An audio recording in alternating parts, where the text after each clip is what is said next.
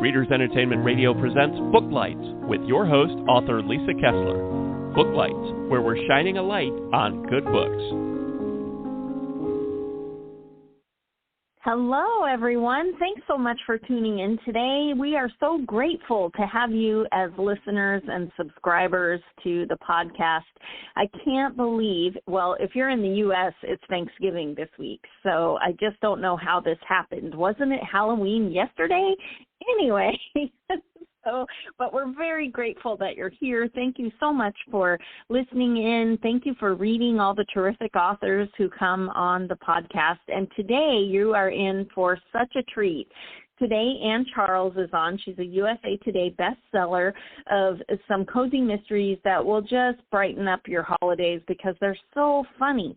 So if you've never read Ann yet, you're in for a treat, and I'm going to go ahead and read her bio here so you can get to know her a little bit better. Ann Charles is a USA Today best-selling author who writes award-winning books that are splashed with humor, mystery, suspense, romance, supernatural elements, and whatever else sounds fun. She has a BA in English with an emphasis on creative writing from the University of Washington. She's a member of Sisters in Crime and Western Writers of America. She is currently toiling on her next book and wishing she was on a Mexican beach with an ice-cold Corona in one hand and a book in the other. When she's not dabbling in fiction, she's arm wrestling with her two kids and attempting to seduce her husband and arguing with those sassy cats. I did put a link to Ann's website right there on the Blog Talk site. So if you're listening live or if you're listening later, click that link and be sure to sign up for her newsletter so you never miss a release because she has so many books and different series, and we're going to get into all that today. But if you haven't read her yet, you will be able to binge read for quite a while. So without any further delay, are you there, Ann? I'm here. I'm a little froggy coming off a week of a cold, but I'm here. Oh, good. Well, I'm glad you're feeling better. So many people are sick right now, so I'm glad you're on the upside from that. Yeah, me too. It wasn't so bad. It was mostly just enough to be irritating in all the ways a cold is, and then it would pass. Right. So I can't complain because some people are really sick right now with different respiratory colds. So yeah.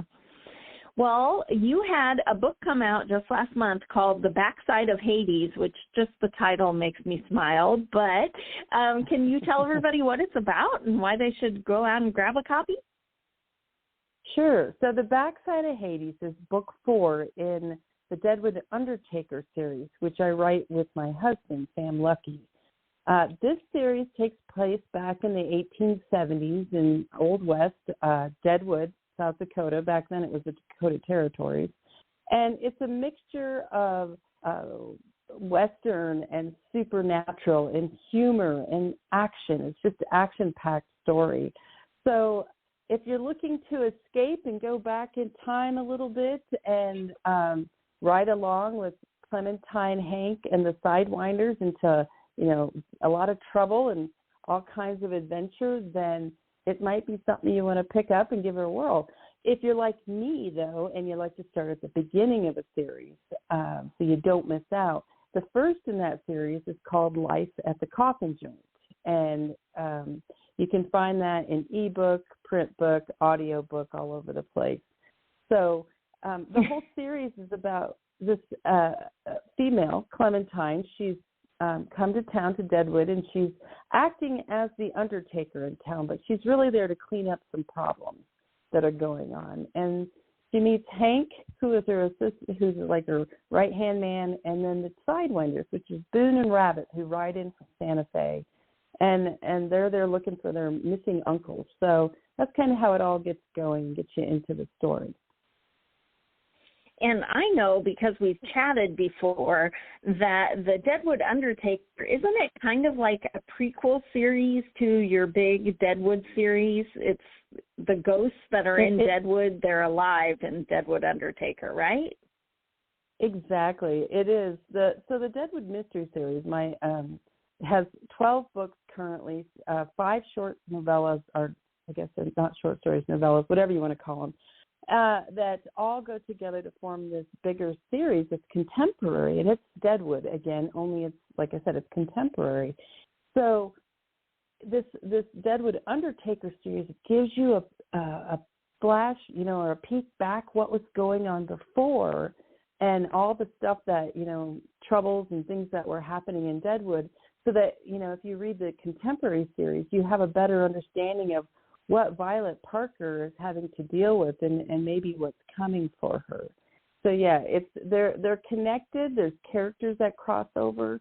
You can read one and not the other and be just fine, but if you enjoy digging into or sinking into a world, you can read both of them, and then you'll see characters and kind of have fun thinking, oh, is this this person in the future, or is it, what's going on there? So it can be a lot of fun. I love that. And I wanted to ask, too, you said that your husband writes with you on the Deadwood Undertaker, and I just wondered, how did you suck him into the publishing business? How did that all happen? So he's really been here with me from the start, doing a lot of, behind-the-scenes work. Most of us, most people who are successful, it seems like there's never just them. It's a team or a couple, that are really pushing forward. So he's always been there with brainstorming and technology, which is not my friend at all. He's an ace at anything technology. He does the cover work, the graphic art for the cover. My brother does the art, and then my husband takes it from there and does the graphic artwork to make the covers. And so part of this, but when it came time, we had this idea while watching this old Western documentary, and we started talking about how we never seen a female Undertaker back then, or anything about a female Undertaker. So we started digging into it and learning, there weren't a lot, of course, and death business was not always, smiled upon. So right. It just started brewing, and I already had 4 different series I was writing, and I just, I wanted to, and I've always loved the idea of writing a Western, but there really takes a lot of work to write historical, because you got to get your facts straight. You want people to really, believe in the world and enjoy it, not go, hey, they didn't have those then. Right. So he said, well, I can do that part. I love researching and doing all that. So, and he just stepped right in, and now we write that series together. I love that. Do you guys ever argue over plot points or characters, or you guys get along pretty well? I'd love to tell you that we're like on The Sound of Music and everything's hunky-dory and we all just sing together and hold hands, but it's not like that. We definitely have, points that we argue about which way we want to go, or how things are on the page. And usually when it comes down to it, one of us has a stronger feeling about it, and we both state our arguments, why or why not. And whoever really has the biggest passion for whatever we're talking about wins the argument. Maybe in part just because the other one goes, okay, whatever, let's just move on, or just, because it's a good point. Somebody makes a really good point, and so we go with that one. But, yeah, it's not always, happiness and rainbows and unicorns, but in the end, we're really proud of what comes out, in the story. It's not he writes a chapter, I write a chapter so much. It's more of a blending of our voices. So that takes a little bit more work, compromise, so that you agree on what's coming through, and in the end, it's all Definitely about the readers and giving the best story we can. I love that. So is he enjoying being, having to write a term paper every day for a living? Exactly. How much do all of us writers enjoy? I mean, there is the creative release is wonderful. And when you hit that scene and you're just nailing it on the page and everything's awesome, yes, he's right there too. But then there's days where he comes out of his office and he's just shaking his head, just holding on to his forehead, and like the rest of us. And there's days when, just like I'll say to him so many times, this sucks. I suck. What am I doing? I can't do this.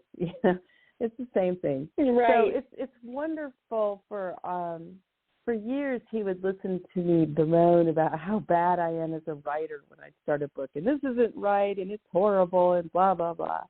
And so now, and he always consoled me, but now he's on the inside with me. So it's good in that way. It helps him be right there with me even more, and we go forth together. I love that. So I was telling you before the show, but since December starts next week, I wanted to be sure people knew that you have a bunch of different holiday stories that are in this series, and they're cute. Catawampus Christmas, and there's Jackrabbit Junction Jingle Balls. Yeah. Can you tell us a little bit about the holiday stories? Sure, and if you go on my website, AnnCharles.com, and there's no E after the ends in Ann, and you go to my books page, at the bottom I think it's Holiday Series is what it is, or Holiday Tales or something like that. It's one of the, I really should know that exactly, but it's an option you can choose, and we've thrown everything in there that from all the different series that are, take place over a holiday. And so there's Don't Let It Snow in Deadwood, Fatal Traditions, which is the contemporary Deadwood series again, and that's Christmas and New Year's. And then, again, Jackrabbit Jingle Balls and Wild Turkey Tango. Wild Turkey Tango is one of my favorites. It's a Thanksgiving story. And it's just, I laughed writing that novella. So much is just hilarity going on. And that takes place with the Morgan sisters from the Jackrabbit Junction series. And yeah, like you said, Jackrabbit Jingle Balls, which is the Christmas version. And again, if you get into some of these series, like the Jackrabbit Junction series, it is edgy. So it starts out pretty racy right out of the gate with, some kind of crazy hilarity going on. So just so you know, it's not going to be a Hallmark movie when you sit down to read these. Although Catawampus Christmas Carol is really warm and wonderful, and it's Charles Dickens. It's Christmas Carol only in the Old West, and just the twist of it. We loved Scrooge. My husband and I, we loved to watch Scrooge every year, and so we wanted to, play with that storyline and that idea and put it into the Old West and have fun with those characters. And then I have one called The Old Man's Back in Town, which is kind of like a Groundhog Day type of Christmas story. So that one's in there too, and I'm trying to think what other ones we've done for holidays. I guess we need to keep adding more so that we can hit more of the, all the holidays. I think there might be one that's linked that's a Halloween or two. So, yeah, you can check out. Oh, I love that. Into just, a holiday tale. You can read them. You don't have to know the characters in the whole storyline. You can just pick them up and give them a try and see what you think. So they do stand alone? You don't have to read the whole series?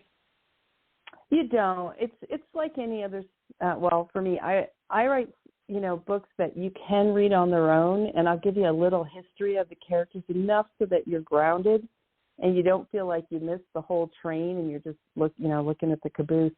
But it does always make the stories better, of course, if you know the characters, right, going into it. But you can read them alone too. I love that. And sorry, go ahead. No, I was just going to say, you can also listen to them. They're an audiobook too. So if you like to listen while you're sitting in front of the fire, whatever you do, I can't just sit and watch TV or do one thing. I have to do 2 or 3 things at once, it seems like always. So knitting, or I don't know, making a gum wrapper chain. Remember when we used to do that as kids? You'd make gum wrapper chains? Yes. I mean, that's kind of showing my age a little bit, but anyway, whatever you want to, popcorn balls or string popcorn, there you go. Yeah, then you can, and when I was grabbing some of the Christmas titles before the show, I hit the audio sample that was on Amazon, and I think it was the Jingle Balls, I'm not sure, but the opening was so funny. It was something about rocking around the Christmas tree, no, scratch that, rocking around the stripper pole. Just exactly. Oh my gosh. Yeah. Yeah, well, it's a wedding shower, a bridal shower for their mom, the Morgan sisters, the three women's moms. They're in their 30s, and then their mom, of course, is their mother's age. But it was delayed, so the only venue they could get for the bridal shower was the local strip club because it's a holiday. So they're not wanting to be there, but the youngest sister set it up, and this is where she got. So it's kind of it. Oh, what are we doing? So yeah, that's why I said it's a little edgy. Are the Jackrabbit Junction books connected to Deadwood at all?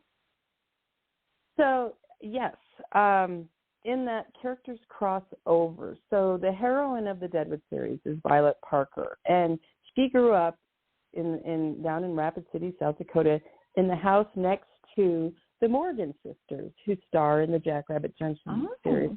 And the Morgan sisters' cousin, Natalie, is Violet's best friend. So Natalie goes back and forth. Other characters go back and forth. You'll see sometimes the Jackrabbit, different members of them up in Deadwood in that series. So it's really fun to, have this world where everybody kind of can be in other books. And it's the same with my Dig Site series, which I only have 2 of now, but I am going to write the 3rd next year. Come hell or high water, I'm writing that 3rd book. And that stars Violet Parker's brother, Clint Parker, who is a photojournalist that goes all over doing stories. And it all takes place down on the Yucatan Peninsula in Mexico with the Maya civilization and a lot of archaeology. Oh. So that's my Indiana Jones wannabe, type of thing where I get to sink into being an archaeologist. Oh, I love that. How fun. So yeah, I have to ask, because you have all these series and they all interconnect, how do you keep track? Do you have like a gigantic series Bible, or do you have a devoted reader who keeps a spreadsheet? How do you keep it all straight? That's how it started. A reader, Diane Garland, came up to me at a book signing, and she wasn't even there for my books. She was there for the author across the way. And the line was so long at that author. She came over to my table and said, "Oh, hey, I've read your books, and this was way back when I just had 4 out. And she said, "Did you know you changed so-and-so's eye color in that 2nd book?" I was like, oh. And she goes, I know, right out of the gate. And she says, I can keep track of that for you if you'd like. I enjoy doing that kind of thing. So if you want some help, I'd love to help you. And so that's how we started. And now she has her own business called Your World Keeper that you can find online, yourworldkeeper.com. And she does this for a lot of authors. And she still does it for me, for all my different series. So, yeah, she's amazing. And that's how it all started, because thankfully I was, 3 books in and I'd already changed an eye color? That's a problem. So she keeps track of so much, all kinds of plot lines. I mean, there's just so many details when you write a long-running series, so that the readers don't go, oh, hey, whatever happened? Because readers are so smart. Oh, man, they are right on top of all those details. And so you don't want to screw it up. Yeah. Well, and to be fair, it takes us, weeks and weeks to write a book, and it takes them a couple hours, and then they can read the whole series in order. And so when we're writing them, it's not. So it's hard for us to keep track, I know. Yeah, I'm actually in the process of rereading the Deadwood Mystery Series, which has 12 full-length novels. Because of that very thing, I'm switching back to that series to write the 13th this winter, and I have to go way back in. And I could look at the notes, but it just doesn't give me the full feel of thinking back into it. So, I'm rereading that and hope to start in December writing. But right now, I'm in the thick of reading.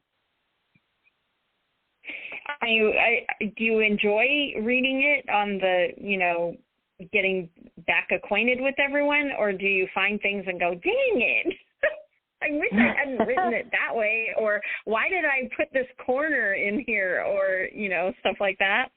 Right. Oh, there's little things that'll you always think I could go back and improve, but long ago, some author of many books said, you don't ever go back and touch the first one because you'll just muck it up. You'll just screw things up and make it worse somehow. So you just accept that that's where I was, for Deadwood, the first one, right. Departed in Deadwood. That's where I was as a writer back then when I published in 2011. And now when I publish, this is where I am. And yes, hopefully there's a marked improvement, Right. But, over 11 years, 12 years, there better be something that I'm doing a lot better. Right. You let it be improved. Yeah. You let it be just let it be the fresh thing it was. And I hadn't reread the first one in a while. I always skip that one, but this time I went back with what felt like fresher eyes and reread Nearly Departed, and I surprised myself. I was like, I still like it. It's still I'm still good with that. So, woof. You're a brave soul. I know, right? Going way back to the beginning. Eek. I remember I had a series that they bought audio rights later after the whole series was out. And so when Audible put out the series, they put it out all at once. And I thought, well, I should listen so that, I know what I'm promoting.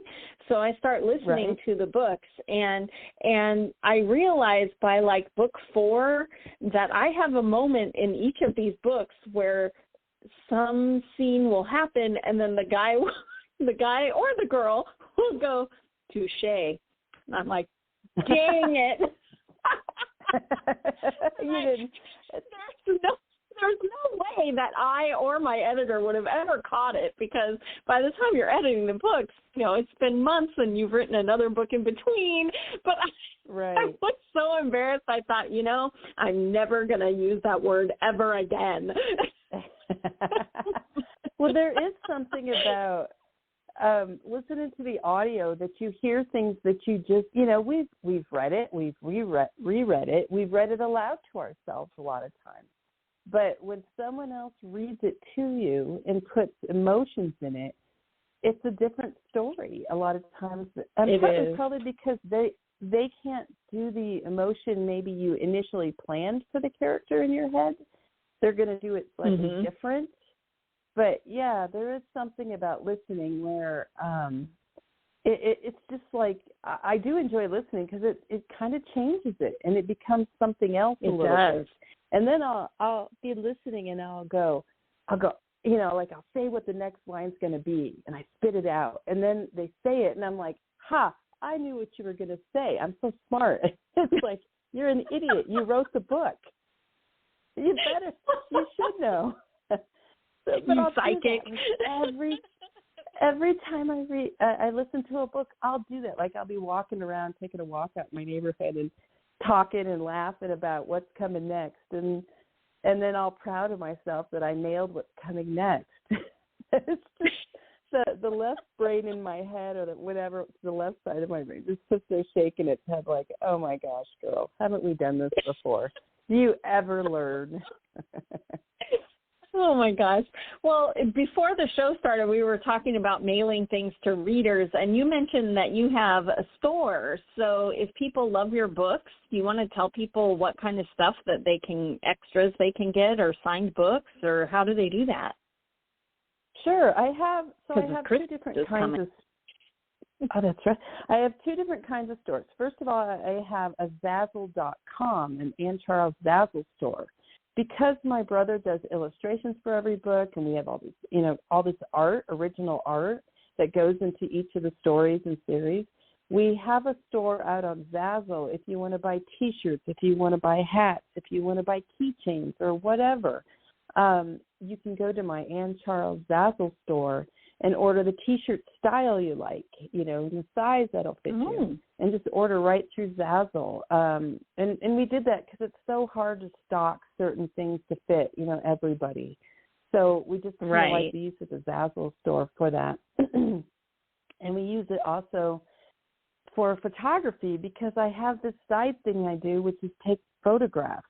and every year, I post them on social media all year long, and then every year we do a vote for the next year's calendar, and it's called Traveling with Anne calendar. So you can get the calendars out there on Zazzle, and you can vote through my website. So we're just about to shut the voting window for the 2023 travel calendar. But anyways, we do this every year too, and that's on Zazzle, along with just some of the pictures people have left. We've made them out there so you can just buy the pictures to put on your wall, whatever you want to do. Wow. So there's that store. And then we have the Anne Charles online store, and both of these you can reach from the home page on my website. There's 2 different buttons on that. But for the Anne Charles online store, that is mostly books. And it's the books that I keep stocked here at my house. And when you order, you can say, hey, I want you to send this book signed to me and put a funny message, or just say Merry Christmas, or just something like that, and I'll write that. Or you can say, I want to buy this series, and I want to write it, to my husband or to my wife in every book, and personalize it. So we'll wrap it with, gift paper, and we'll do all kinds of fun little extras with a card and send it to that person. So whatever you want, you can let us know and customize what you're buying. And right now we have sets of the Undertaker series, which has 4 books plus a novella. We have the Jackrabbit series, which has 8 books plus 2 novellas. And then we have the huge Deadwood series, which is 12 books plus 5 novellas. So, you can go out and buy gifts, and they're 25% off when you buy the sets. And I sound now like I'm a salesman, like selling used cars or something. But that's no, these are gifts people want to give. Right, and we just, over the last 2 days, I'll do this periodically where I'll do an online live book signing for all the people that can't come to book signings in person. It's an opportunity for me to, you buy the book, you tell me what you want, while I'm live with you, you'll be commenting, and I'll be talking to you, at the screen. I'm live, you're watching and talking to me via comments, and that's what we just did this weekend, and we just wrapped, I think I was telling you, it was like 160 plus books that we ended up selling and sending out and signing. So my signing hand is a little wimpy right now.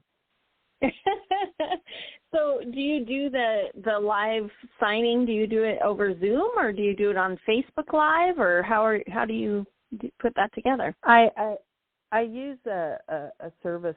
StreamYard is the service I use, and I can go out to 3 places. And so I do YouTube, and I'll do my 2 different pages on Facebook, because I have an author page, and then I have like a where you can friend me page, and both are for author, for fans, but it depends, what you want to be on, or both. But yeah, we'll do it on those 2 as well as YouTube. So you can reach it. If you're not into Facebook, you can still go to YouTube and be part of it. Oh, that's cool. And people just leave comments, because you can't see them if you're on StreamYard, right? I know. Right. I was telling them yesterday. So when I do this, I stare at myself, because that's what I'm seeing is myself live. Right. So it's like you're talking into a mirror the whole time. And I have to sometimes remember this is not a mirror. People are watching you. So when you're making all these weird eyebrow things you're doing because you're looking at yourself too long, others are watching in the mirror. But so they can comment right real time and say, hey, I'm like I'll pull up a book and say, is so-and-so here?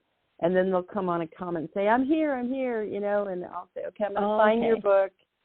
And then I talk to them, and I try to talk to them a little bit about maybe backstory, or I'll have a list of things I want to ask everybody, like, what's your favorite dessert at Thanksgiving? What kind of, what are you going to make?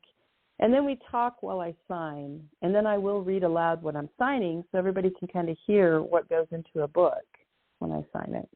Oh, that's cool. That's really neat. I love that. We're quickly running out of time. Do you want to tell everybody where they can find you, where they can connect after they fall in love with the new book?